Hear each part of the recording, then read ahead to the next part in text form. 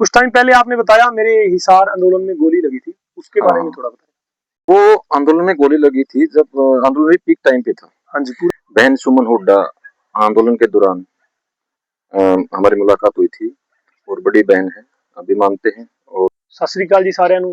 ਅਸੀਂ ਅੱਜ ਤੁਹਾਨੂੰ ਮਿਲਾਉਣ ਜਾ ਰਹੇ ਹਾਂ ਸਾਡੇ ਏਰੀਏ ਦੇ ਮਸ਼ਹੂਰ ਕਿਸਾਨ नेता महेंद्र पारता जी नाल। भाई पहले तो आपको बधाई देना चाहूंगा, आपने नई शुरुआत की है। और मैं सभी को किसान किसान साथियों को, मजदूर साथियों को, एक किसान पुत्र होने के नाते सभी को सत श्री अकाल, राम राम, आदाब। आप थोड़ा अपने बारे में बताएं और बचपन और एजुकेशन के बारे में थोड़ा सा बताएं हमको। नाम महेंद्र है, पिताजी का नाम श्री सूरजमल है, गांव मेरा पारता है, हाँ जी। डिस्ट्रिक्ट मेरा फतेहाबाद है, बिलोंग हरियाणा से करता हूँ। हाँ जी। एजुकेशन मेरी +2 है और एक नॉर्मल किसान फैमिली से हूँ। हमारी कोई सरकारी सर्विस तो है नहीं। हाँ जी। भाई है वो भी ठीक है, ये 5-4 किले जमीन है, खेती बाड़ी है, इसके अलावा ठीक है। और तो परिवार में भी कोई ऐसा कुल मिला के ठीक है जी। आपको राजनीतिक में आने का मोटिवेशन कहाँ से हुआ? राजनीतिक में मैंने देखा कि हम संघर्ष करते रहे। हाँ जी। पहले हमने जो 5 जातियों को लेके जाट रक्षण का उसको बनाया है, उसमें भी हमने लड़ाई लड़ी। उसके बाद किसान आंदोलन में 2020-21 का किसान आंदोलन था उसमें। हाँ जी। तो वहां हमने क्या चीज देखी कि जो वो हमारे वोट लेके जाते हैं, हाँ जी। वो वहां दिल्ली चंडीगढ़ बैठ के तो आराम फरमाते हैं। हाँ जी। और हम सदा ही रोडों पे लगना, लटकोड़ियां खाना। नए किसान को आज देख लो हालात, फिलहाल जीरी का सीजन है, कोई काम मंडियों में कोई धान नहीं बिक रहा, हाँ जी। लड़ाइयां कर करके सही बात है। बिकवा रहे हैं, कोई रोड जाम कर रहे हैं, कोई कैसे भी करके। तो हमने देखा कि जब तक किसान पुत्र या मजदूर, हाँ जी, हाँ जी, किसान पुत्र या मजदूर, जब तक सेक्रेटरीट या दिल्ली या जहां से कानून बनते हैं वहां नहीं बैठेगा तो किसी का भला होने वाला नहीं। उसमें छोटराम थे सर, तो देवलाल जी थे, हाँ जी। और इन्होंने वहां दिल्ली के इन्होंने कानून बनवाए, ना कि रोडों पे आके। आपके परिवार में पहले भी किसी ने इलेक्शन लड़ा था या आप पहले ही आपने ही शुरुआत की सबसे पहले? हमारे जो दादाजी थे, परदादा सरदादा, दो भी गांव बसानी हमें है। अच्छा जी, पारता गांव आपने पारता गांव हमारे बुजुर्गों ने, अच्छा जी, पूर्वजों ने हाँ, बसाया बुजुर्गों ने, था। आपके हाँ बुजुर्गों ने। हाँ, पूर्वजों ने बसाया था। और जो स्टार्टिंग में सरपंच रहे वो मेरे दादाजी थे, हमारे जो पूर्वज थे वो थे। आपका राजनीतिक में आने का कारण क्या था? कारण तो मैंने पहले ही आपको दोबारा भी बताना चाहता हूँ कि हम रोड पे तो संघर्ष कर ही रहे हैं।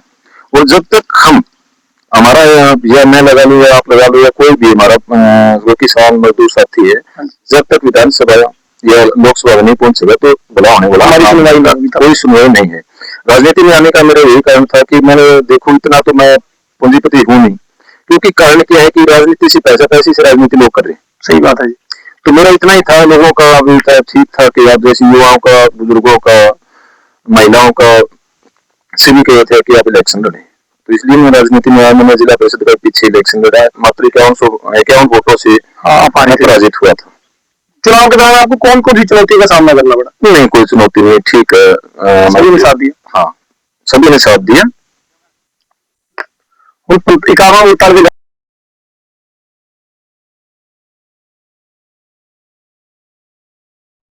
आपको अपने गांव और आपके इलाके का कितना सपोर्ट रहा आपको? बहुत ज्यादा, जो मैंने सोचा उससे कई गुना ज्यादा। आपके स्वभाव में कितना फर्क आ गया? पहले आपका स्वभाव कैसा था, अब आपके स्वभाव में कितना फर्क आ गया पहले से? स्वभाव तो देखो, बंदे का कोई एक बार हो गया तो हो गया, चेंज नहीं होगा कभी भी। पर स्वभाव में इतना फर्क है कि अब हमें लड़ना आ गया। पहले और हम पहले तो हम थोड़ा सा डरते थे, लेकिन मेरे गोली लगने के बाद जैसे ही मेरे को ये लगा भी कुछ नहीं कर सकते ये जो राजनीतिक आदमी और जो प्रशासनिक अधिकारी ज्यादा कुछ नहीं कर सकते, ये डरा सकते हैं, और कुछ नहीं कर सकते, और कुछ नहीं कर सकते। अब हमें इनकी कॉलर पकड़ना आ गया। चुनाव के दौरान आपको आपकी फैमिली का कितना सपोर्ट रहा? बहुत ज्यादा, फैमिली का ही तो सपोर्ट था, और मैं अकेला क्या कर सकता था। सही फैमिली का, भाई बंधु हैं, दोस्त हैं, परिवार है, गांव है, गुआंढ है, सभी का भरपूर साथ रहा। कुछ टाइम पहले आपने बताया मेरे हिसार आंदोलन में गोली लगी थी, उसके बारे में थोड़ा बताएं। वो आंदोलन में गोली लगी थी जब आंदोलन पीक टाइम पे था। हाँ जी, पूरा पीक पर भाजपा की सरकार थी। माननीय आज तो कैबिनेट, सॉरी, सेंटर के मिनिस्टर उस टाइम माननीय मनोहर लाल खट्टर जी हरियाणा के सीएम थे। ठीक है जी। और उस टाइम कोविड भी था। हाँ जी। और वो जिस टाइम गोली लगी वो कोविड अस्थायी हॉस्पिटल का नामकरण करने के लिए सहारा रहे थे। ठीक है जी। जब सैकड़ों करोड़ों का चंडीगढ़ में बैठ के अनावरण कर रहे हैं, हाँ जी, तो वहाँ इसका भी तो वहां कर सकते थे। सही बात है जी। हमें तो मरवाना था, पिटवाना था। ये था कि उनको ये आंदोलन दिल्ली से उठ के यहाँ हिसार शिफ्ट हो जाए, वे 5-4 मरवा दो जाके, ठीक है। हाँ। ये माने भी जाए। आप उनसे पहले एक वीडियो भी मनोहर लाल खट्टर जी की आई थी कि सामने खड़े हो जाओ, जो जितनी जेल काटेगा इनको देख ली, और ठीक अपनी है। टीम बनाओ, और बोले जो जितनी जेल काटेगा वो इतना बड़ा नेता बनेगा। सही बात है। ये एक वीडियो आई थी। हाँ हाँ हाँ फिर हाँ, हमने भी कहा तो भी आ जाओ। हमारे सरदार गुरनाम सिंह सिद्धूनी ने कहा या तो तू आ जा। सही बात है जी। किसान आंदोलन में गोली लगने के बाद आपको लोगों का कितना सपोर्ट था? बहुत ज्यादा, जितना तो मैंने शायद सोचा भी नहीं था। हरियाणा का, मेरे होम डिस्ट्रिक्ट का तो हरियाणा का तो था ही था, ऑल ओवर इंडिया और आउट ऑफ कंट्रीज इतने वीडियो कॉल, इतने लोगों की हेल्प के लिए है कि भाई आपको क्या चाहिए, क्या चाहिए, क्यों चाहिए, कोई डोनेशन वगैरह चाहिए, कोई और चाहिए। तो मैंने ये कहा कि ठीक है, मैं मेरे घर से ही इलाज तो करवा दूंगा, लेकिन मेरे को ये नहीं चाहिए। पर सहयोग इतना मिला कि हद से भी ज्यादा। हमको पता लगा आपको गोली लगने के बाद आपकी MLR रिपोर्ट भी चेंज कर दी गई। हाँ, मेडिकल रिपोर्ट हम हिसार सिविल हॉस्पिटल में जैसे ही हम पहुंचे, उन्होंने मेडिकल रिपोर्ट मेरे राइट में गोली लगी थी, हाँ जी। लेकिन मेडिकल रिपोर्ट मेरी लेफ्ट की कर दी। अच्छा देखो जी। ये प्रशासनिक तंत्र।